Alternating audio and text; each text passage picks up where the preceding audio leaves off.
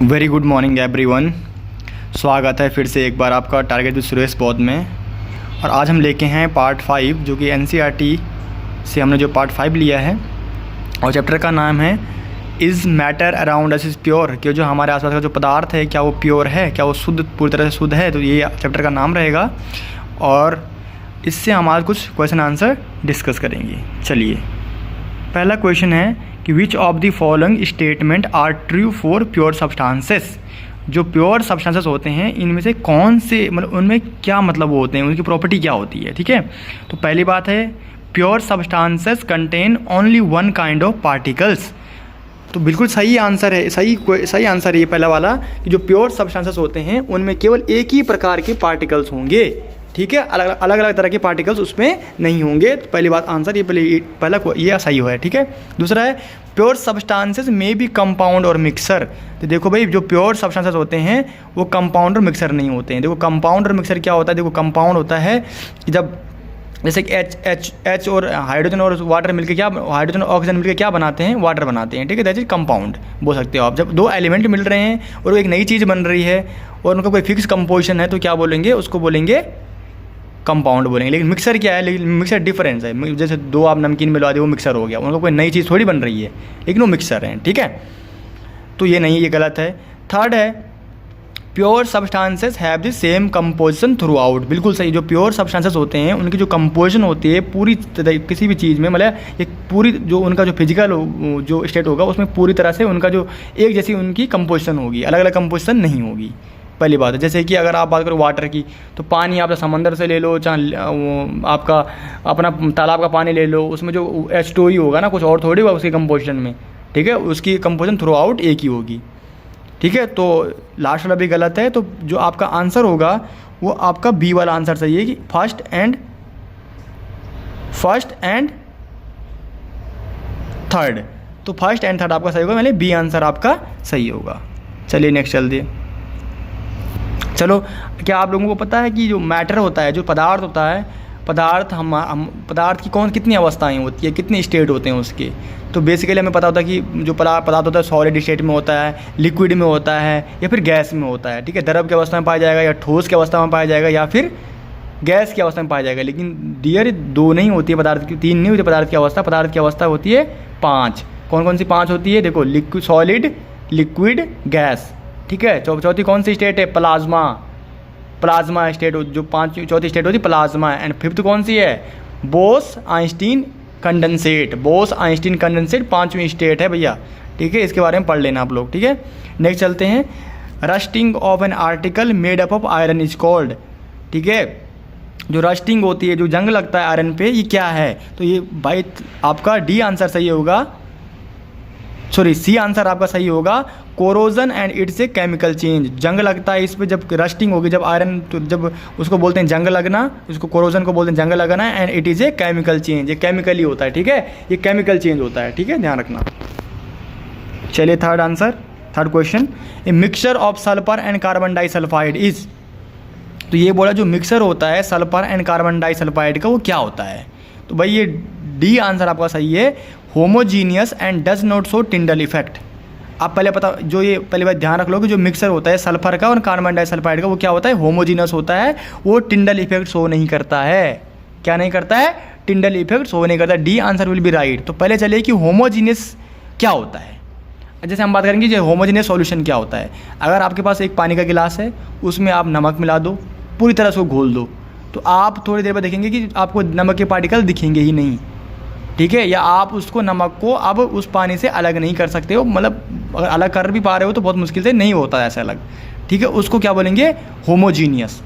दूसरी बात है, जितने भी जो भी होमोजीनियस सॉल्यूशन होते हैं उनमें टिंडल इफेक्ट नहीं होता है। टिंडल इफेक्ट का मतलब क्या होता है, जैसे कि आपने देखा होगा कभी कभी कि जो आप खिड़की से, जब आपका जो प्रकाश मतलब आपके रूम में आता है, ठीक है, तो उस आपको जो लाइट है उसका आप रास्ता देख पाते हो अपनी खिड़की से रूम तक आते हुए। क्यों, कि जो वो धूल के पार्टिकल्स होते हैं, जो धूल छोटे छोटे धूल होती है, टीनी पार्टिकल्स, वो स्कैटरिंग करते हैं और स्कैटरिंग के थ्रू आपको रास्ता बता देते हैं प्रकाश का, कि हाँ भाई ये लाइट यहाँ से आ रही हो। आप उसका जो पूरी तरीके से उसका आपका पाथ देख सकते हो उस पर लाइट का। लेकिन जो होमोजीनियस सब्सटेंसेस होते हैं, जैसे आपने नमक पानी में मिला दिया या फिर चीनी पानी में मिला दी, तो बिल्कुल नमक पूरी तरह से घुल जाता है पानी में, या चीनी पूरी तरीके से घुल जाता है पानी में। अब अगर उसके थ्रू उस गिलास में, जैसे कांच गिलास में आपने पानी ले लिया, उसमें नमक घोल दिया, पूरी तरह से नमक घुल गया, अब अगर लाइट ट्रांसफ़र करोगे उस पानी के थ्रू, तो जो गिलास के बीच जो पानी है उसके थ्रू जब वो लाइट पास होगी उस गिलास के थ्रू, तो आपको वो रास्ता नहीं दिखेगा गिलास में, किसका, लाइट का। ठीक है, वो तो लाइट का जब रास्ता नहीं दिखेगा तो मतलब वो टिंडल इफेक्ट शो नहीं कर रहा है। ठीक है, तो ध्यान रखना। नेक्स्ट चलिए फोर्थ क्वेश्चन पे, tincture of iodine has a antiseptic properties, this solution is made by dissolving. तो देखो जो टिंक्चर ऑफ आयोडीन है उसके पास कौन सी है, उसके पास एंटीसेप्टिक प्रॉपर्टी है। अब ये बताना है आपको कि उसको टिंक्चर ऑफ आयोडीन किसे बोलते हैं। जब भी आप आयोडीन को अल्कोहल में मिलाएंगे उसको बोलेंगे टिंक्चर ऑफ आयोडीन। तो D answer will be right. Next चलिए, which of the following are homogeneous in nature. तो आपको बताना है कि कौन सा इसमें से होमोजीनियस नेचर है। आइस है, बिल्कुल ये होमोजीनियस नेचर है। लकड़ी आपकी होमोजीनियस नेचर है, नहीं है। सोयल आपकी होमोजीनियस है, नहीं है। सोयल में देख लिया कितने प्रकार के पार्टिकल होते हैं, सैंड, क्ले, आपका सैंड, क्ले और तीसरा कौन सा, सिल्ट होता है। तो आपका ये नहीं होता है। लेकिन जो आइस हैं वो एयर है, बर्फ़ है और हवा है, ये होमोजीनियस नेचर के होते हैं। तो आपका कौन सा सही रहेगा, फर्स्ट एंड लास्ट। तो C answer will be right.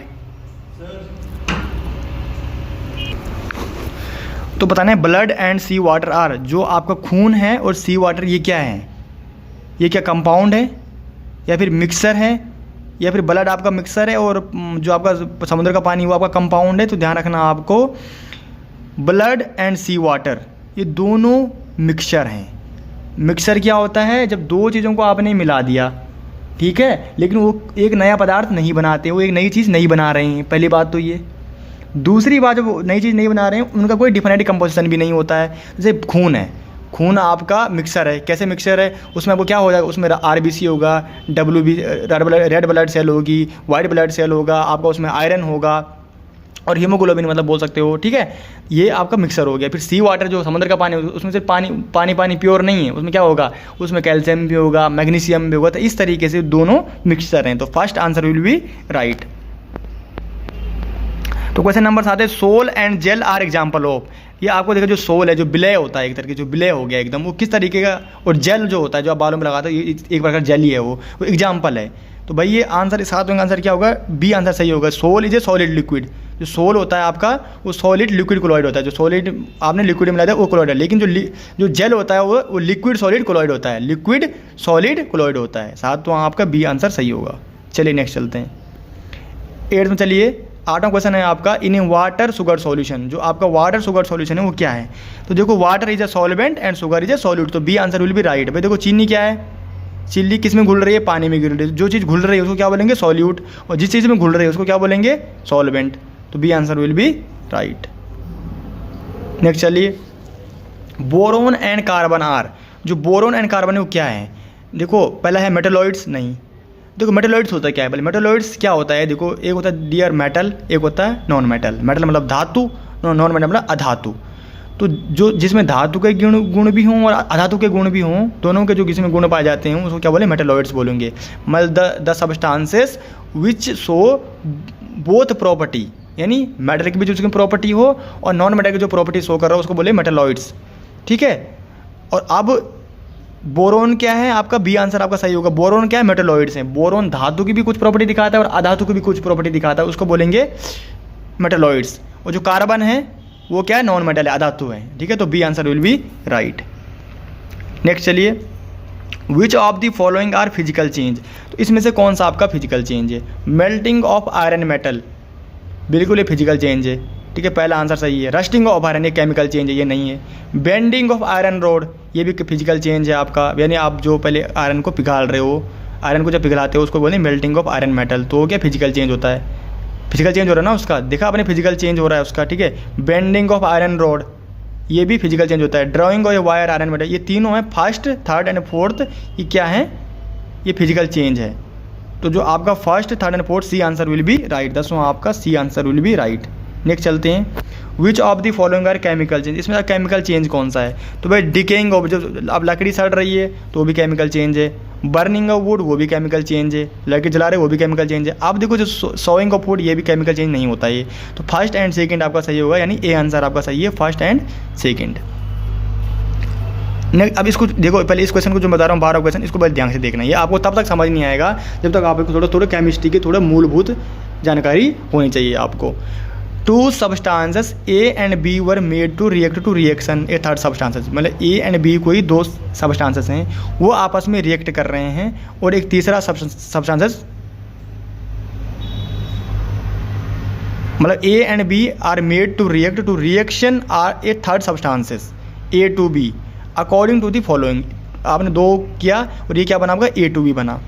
तो इसमें से कौन सा आपका, इसके लिए कौन सा आपके गलत है स्टेटमेंट, कौन से गलत हैं इस चीज़ के लिए? तो the product A to B show the property of substance A and B, क्या ये सही है? आपको देखना पड़ेगा ये क्या बोल रहा है। पहला जो बोल रहा है ये आप बोल रहा है the product A to B show the property of substances A and B. जो आप प्रोडक्ट बना ए टू बी, ये क्या उसके प्रॉपर्टी दिखाएगा ए एंड बी के? बिल्कुल दिखाएगा। The product will have a fixed composition, नहीं, प्रोडक्ट की कोई फिक्स्ड कंपोजिशन नहीं होगी। कहाँ है फिक्स्ड कंपोजिशन प्रोडक्ट की? नहीं है, ठीक है। थर्ड चलते हैं, the product so formed can not be classified as compound, ये सही है, कंपाउंड नहीं होगा वो। Last, the product so formed is an element, ये भी गलत, ये भी आपका गलत है। तो मतलब फर्स्ट और थर्ड एंड फोर्थ आपका गलत है, तो C answer will be right. इसको आंसर को बस देख लेना, आपके केमिस्ट्री बुक में क्या बोलना चाह रहा है, ठीक है। चलिए नेक्स्ट चलते हैं। दूसरा इसी टाइप का क्वेश्चन है, two chemical species X and Y combine together to form a product P. दो कोई प्रोडक्ट है एक्स एंड वाई, वो कंबाइन हो रहे हैं, मिल रहे हैं आपस में, और क्या बना रहे हैं? एक नया प्रोडक्ट बना रहे हैं पी। तो contain both X and Y, और जिसमें दोनों एक्स एंड वाई दोनों हैं, ठीक है। तो अब ये क्या है? देखो भाई, जब ये नया चीज़ बना रहे हो तो मतलब X and Y can not be broken down into simpler substances, मतलब ये बोल रहा है जो एक्स एंड वाई है उसको आप और सिंपल नहीं तोड़ सकते हो। जैसे कि हाइड्रोजन को, जैसे आपका वाटर है तो वाटर को तोड़ सकते हो, H2 को तोड़ते हैं हाइड्रोजन में, और पानी को अलग कर सकते हो, हाइड्रोजन ऑक्सीजन अलग कर सकते हो, लेकिन जो हाइड्रोजन है उसको अलग कर सकते हो? नहीं कर सकते हो। तो इसी तरीके से ये एलिमेंट हो गए। पहली बात तो ये एलिमेंट है। Which of the following concerning the species X Y and P are the correct. तो इसमें से क्या इनके लिए सही है? पी इज ए कंपाउंड, बिल्कुल पी एक कंपाउंड है। X and Y are compound, नहीं, एक्स एंड वाई कंपाउंड क्यों नहीं है? ये एक्स एंड वाई एलिमेंट होगा और ये एलिमेंट बन के इनको कंपाउंड बनाया है, तो ये गलत है। X and Y are element, बिल्कुल सही होगा, ये एक्स एंड वाई क्या होंगे? एलिमेंट होंगे। और P has a fixed composition, ये भी सही होगा। तो मतलब आपका पहला, तीसरा और चौथा आंसर सही है, यानी सी आपका आंसर सही रहेगा। तो 12th का भी, 13 का भी आपका नहीं, डी आंसर आपका सही होगा। इसमें कैसे होगा? पी इज ए कंपाउंड, बिल्कुल ठीक है, P is a compound. X and Y are compound, ये गलत है। तो मतलब फर्स्ट सेकंड गलत है, फर्स्ट थर्ड एंड फोर्थ आपका सही होगा, ठीक है। ध्यान से गलती से बोल देता मैंने। चलो चलिए, which of the following method would you use to separate cream from milk. भाई जब आपको मिल्क से, दूध से आपको क्रीम को अलग करना पड़ेगा तो कौन सा मेथड से अलग करोगे? तो इसी बोला सेंट्रीफ्यूगेशन से अलग करोगे, ठीक। किस मेथड से? सेंट्रीफ्यूगेशन। चलिए, पांचवा आएगा आपका cooking of food and digestion of food. जब खाना बनाना हो आपको और जब खाना पच रहा आपके पेट में तो उसको क्या बोलेंगे? भाई दोनों ये क्या दोनों हैं? ये केमिकल प्रोसेस है, बोथ आर केमिकल प्रोसेस, ठीक है, रासायनिक अभिक्रिया है दोनों। चलिए चलते हैं नेक्स्ट 16 पे। Mercury and bromine are both. जो मरकरी होता है, जो पारा होता है, ब्रोमीन, ध्यान रखना, ये दोनों चीज़ क्या होती है? कमरे के तापमान पर ये लिक्विड फॉर्म में पाई जाती है, द्रव की अवस्था में पाई जाएगी आपकी, ठीक है। कौन सी? Mercury and bromine. चलिए एक, चलिए, इक्लोइड इज ए, इक्लोइड क्या होता है पहले बताइए? Colloid is a heterogeneous mixture and its component can be separated by technique known as centrifugation. जो इक्लोइड होता है एक हेट्रोजीनियस मिक्सचर होता है। क्या होता है? हेट्रोजीनियस मिक्सचर होता है, और इसको आप अलग कर सकते हो किसके थ्रू? सेंट्रीफ्यूगेशन।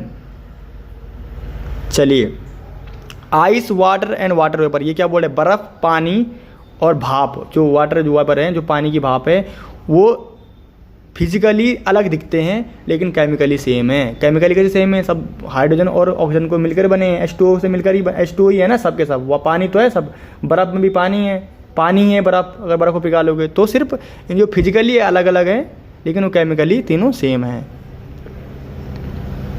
नेक्स्ट चलेंगे, a mixer of chloroform and water taken in a separating funnel. भाई आपने मिक्सर लिया क्लोरोफॉर्म एंड वाटर का, वो taken in a separating funnel, ठीक है, मिक्स कर दिया आपने दोनों को और आपने क्या किया, कुछ देर के लिए आपने उसको ऐसे छोड़ दिया, अनडिस्टर्ब छोड़ दिया, मतलब ऐसे रख दो कुछ देर के लिए उसको, ठीक है, अनडिस्टर्ब रख दो। The upper layer in this separating funnel will be, जो अपर लेयर होगी उसकी वो किससे होगी, उसमें वाटर होगा, एंड लोअर लेयर क्या होगा, उसमें क्लोरोफॉर्म होगा, क्योंकि क्लोरोफॉर्म की जो डेंसिटी होगी वो कम होगी। चलिए नेक्स्ट चलते हैं।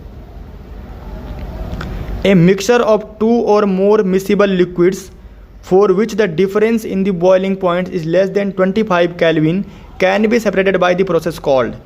भाई अगर ये बोल रहा है कि 2 या 2 से ज़्यादा आपके द्रव जो लिक्विड स्टेट में आपके 2 या 2 से आप ले लो, दूध ले लो, पानी ले लो और एक कोई और ले लो, आपने तीनों को मिला लिया, ठीक है,